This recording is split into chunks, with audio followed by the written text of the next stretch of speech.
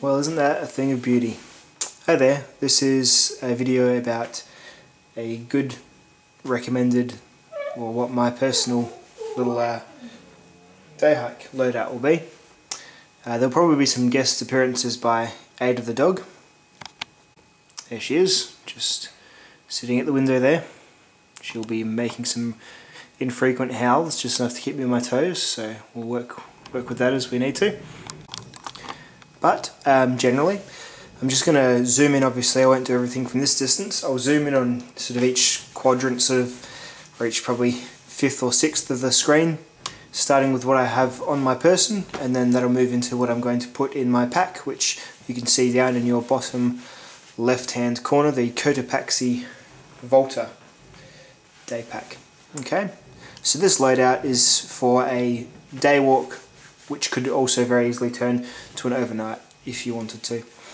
It'll just really just be the amount of food that you would bring with you, which I'll get to, which is that blue sack just there.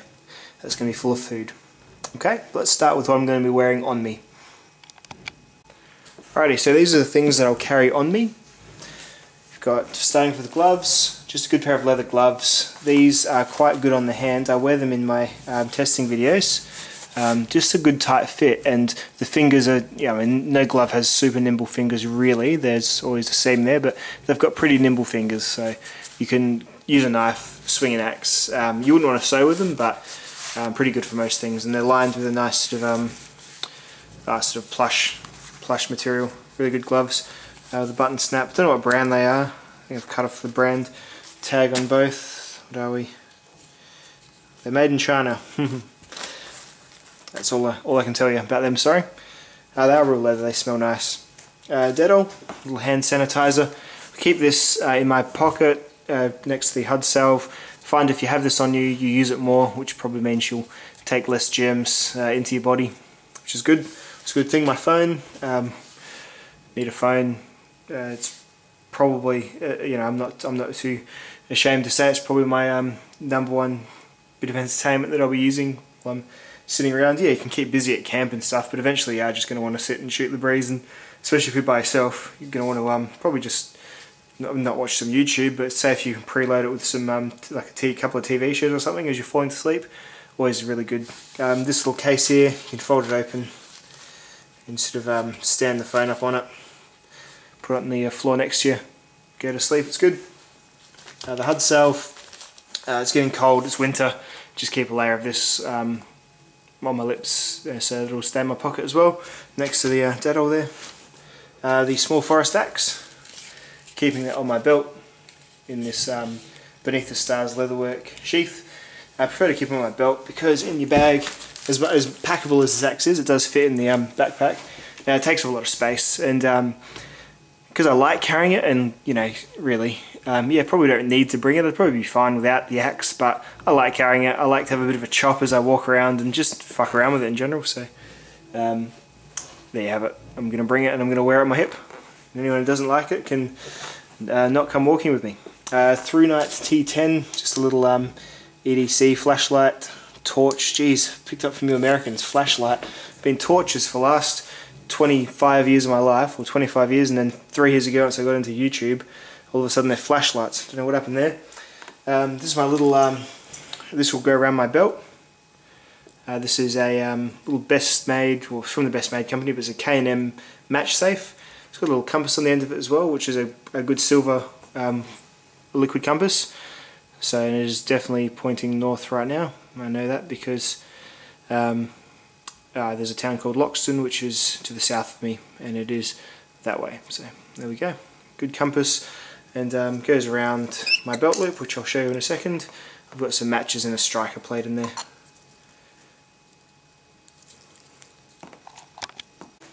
So you see that? There it is there.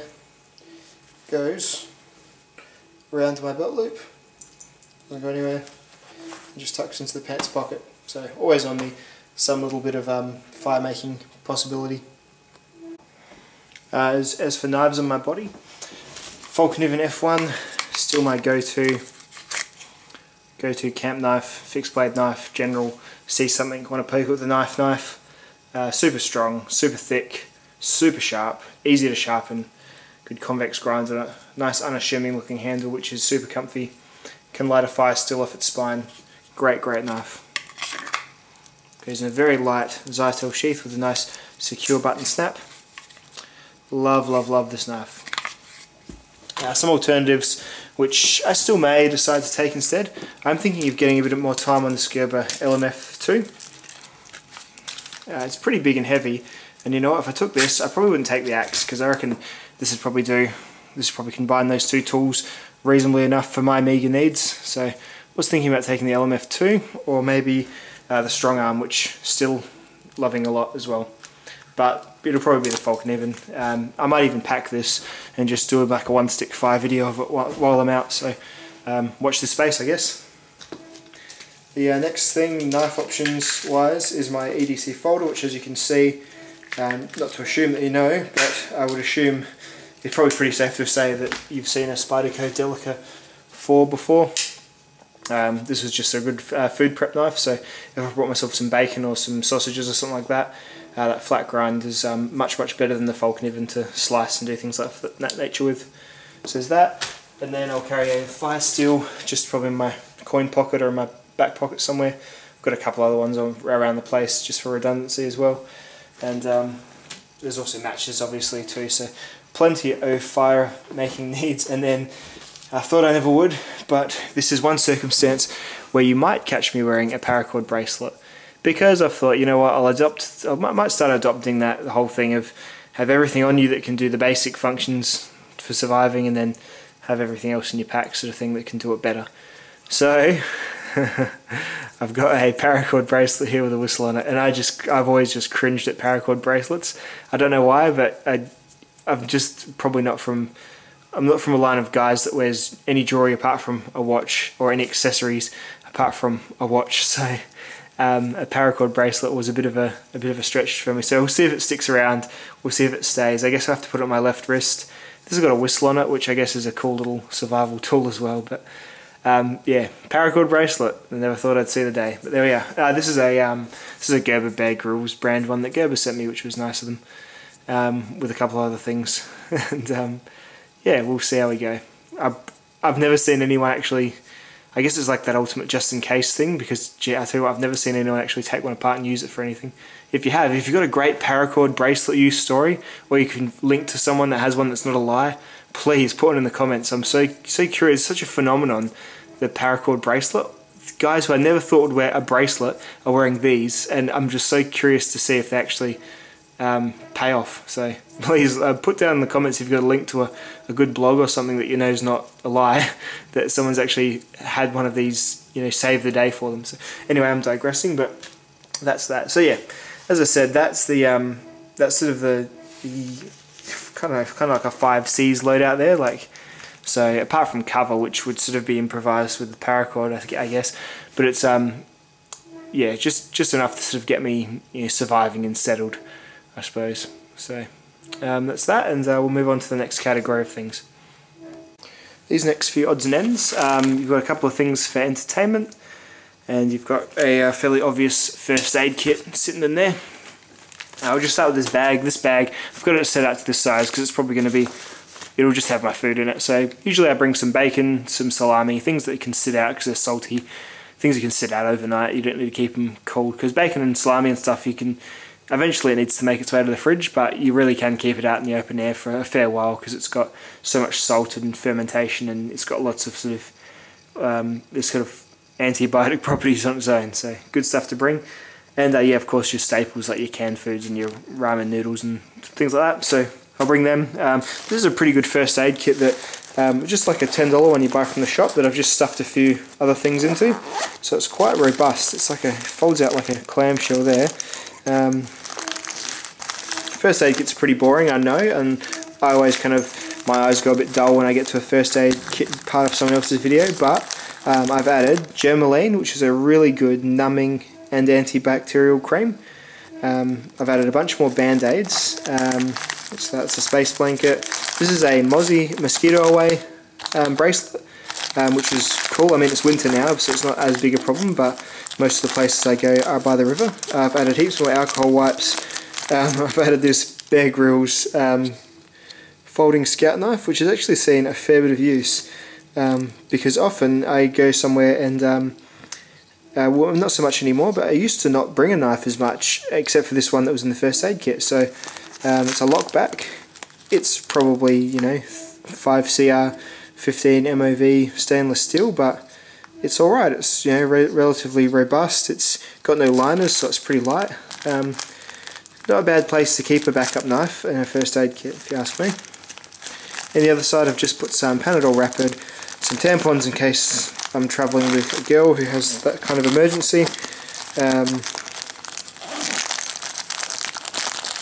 Blankets, some Dettol type cream as well, just another emergency blanket. Big triangular bandage, just standard first aid kit stuff. So that's that.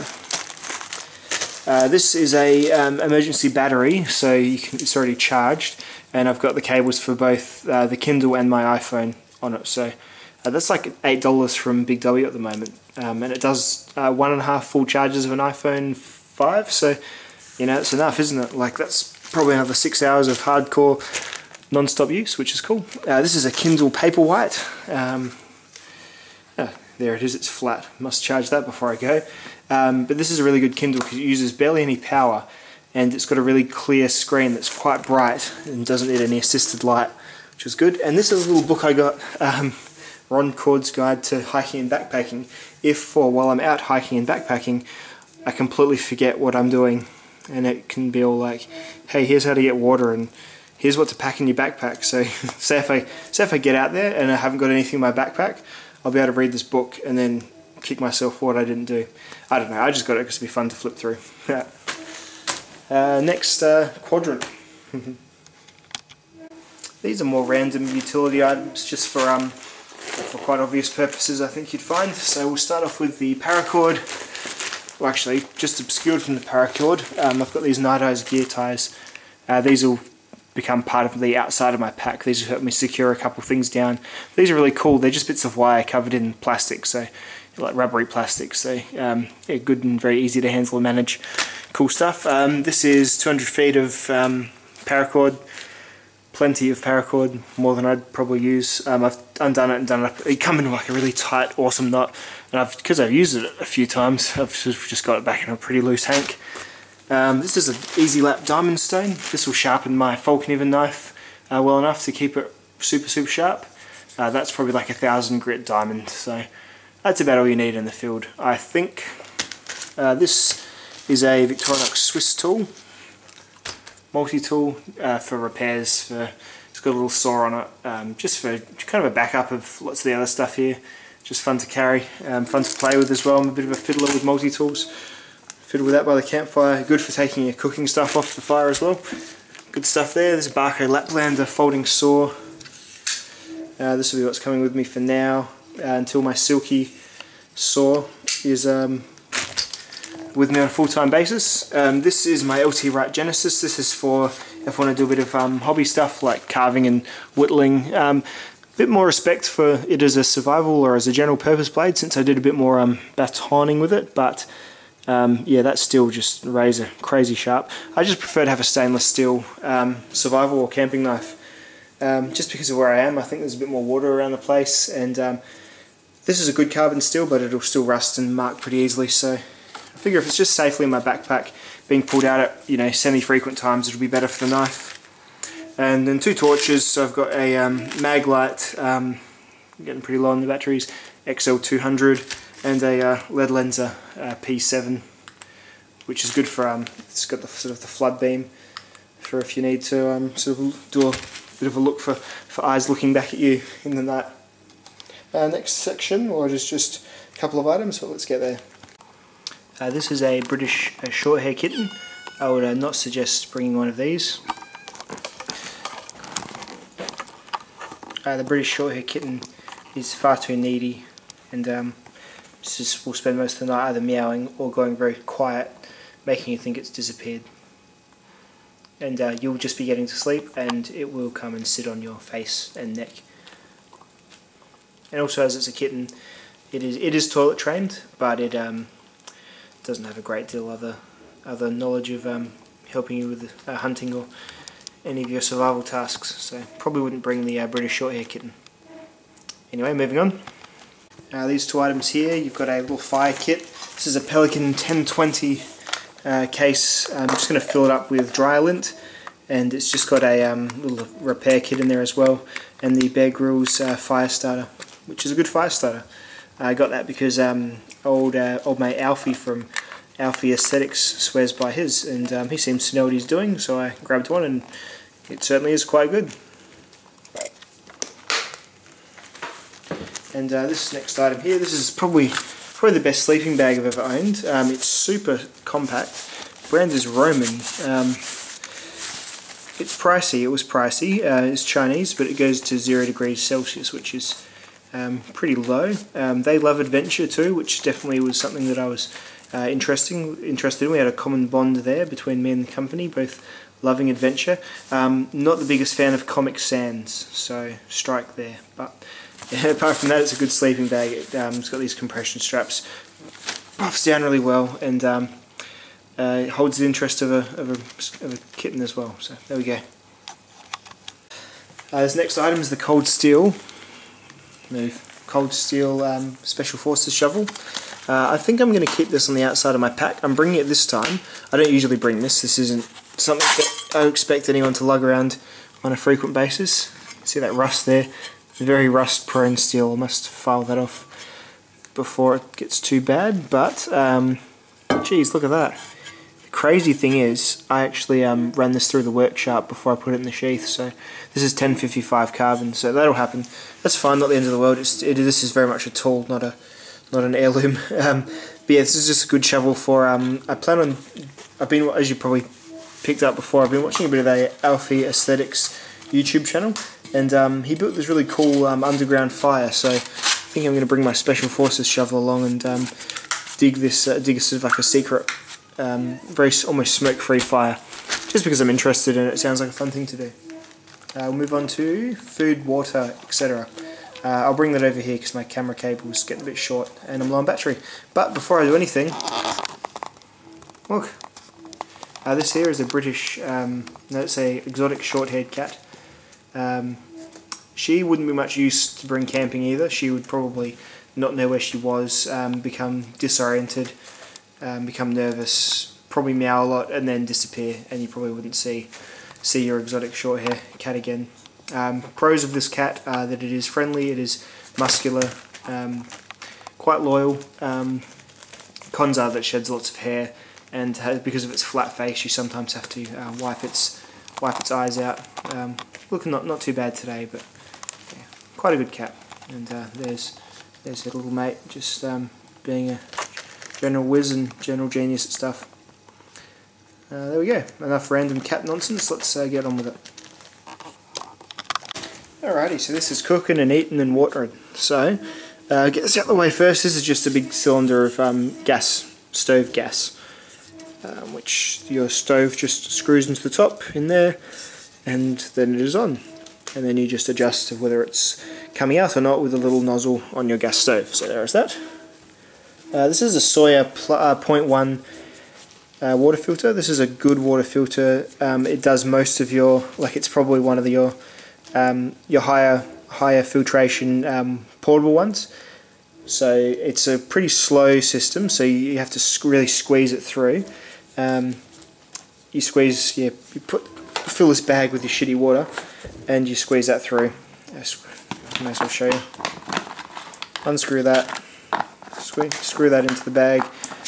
This will be full of water, of course, and you squeeze that out and you give this a really hard squeeze, and you get a trickle coming out of there. So it does take a while to do a litre or so, but it does make I haven't come across any water that's too filthy for this to make clean. The worst case is that you might need to blast it out a bit, which is what you do with this. You filter some water, suck up about 60 mils, and then blast it back through that way.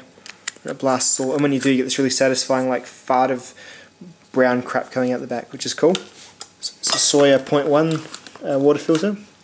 This is a titanium cup. I might bring this. just for something extra. It's nice to have a couple of cups of a couple of different things on the go. And because this is the one that goes with my clean canteen, this is the GSI Glacier, quite a popular cup. Lids for these are quite hard to come by, but my kids had this lid on their little toy pots and pans. It seems to be reasonably food safe stainless steel, so it just sits on top, but it definitely speeds up that boil if that's just what you're trying to do. There you go. This is the K-Bar hobo knife. Many companies make their own brands of this. This is K-Bars. It's in 420J stainless, I think, so pretty low quality stainless, but the knife's sharp enough. Splits off, of course, like all the hobo knives do. Makes a little set. I don't think I'll ever do a full review on this, but it does what it says on the box, which is becomes a knife and a fork and a spoon. There we go. Which is good. Okay. And this is my cook pot. This is a MSI Glacier, or similar, and this is my little titanium camp stove. Quite a good one. It's a Covia Titan brand. Done hours and hours and hours of it, and no problems whatsoever. So that's that. As you can see, we're on a big tarp that I'll fold up and put in the backpack.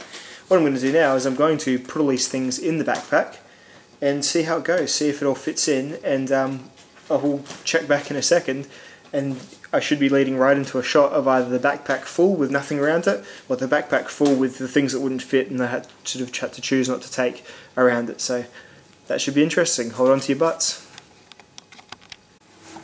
Well, there's the pack. The only thing I didn't bring was this extra cup, just because it just kind of felt redundant for what I'm doing.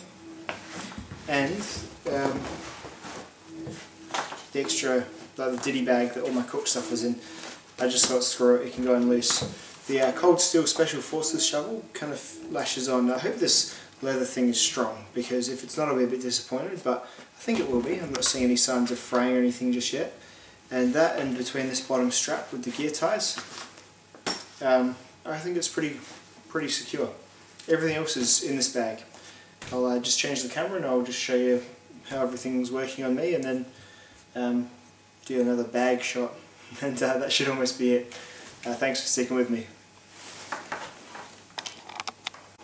Alrighty, so let's look at my my waist first. You can see I've got my Spyderco knife in this pocket, 3-night torch, and then of course my fork and even on my hip. Okay. It's locked in. Around the back you'll see the gloves just kind of poking out the back pocket. Haven't lost them yet. That may change, but there you go. Around there, probably my wallet will go in this pocket here. Not putting it on now. This is the axe. That's when I need it. It's not a super fast release sheath. It is just a very practical loop to hold it. You know what? I'm under no illusions I'll actually need this in this capacity, but I want to bring my axe because it's fun to play with, and I want to save the space in my pack. So I'm bringing it like this, and as long as I don't really go anywhere that'll see too many people, I don't think anyone will be freaked out. There's the paracord bracelet. It's already bothering me that it's on there. Just feels weird. I might loosen it off and I'll have to play with it. Paracord isn't particularly the nicest feeling stuff against your skin, so I guess I've got a whistle if I need one. Wristwatch on the other hand, and I think that's about it. I'll just zoom out to the pack in general. Alrighty. And there is my pack, fully packed, ready for adventure. The chest strap's pretty good.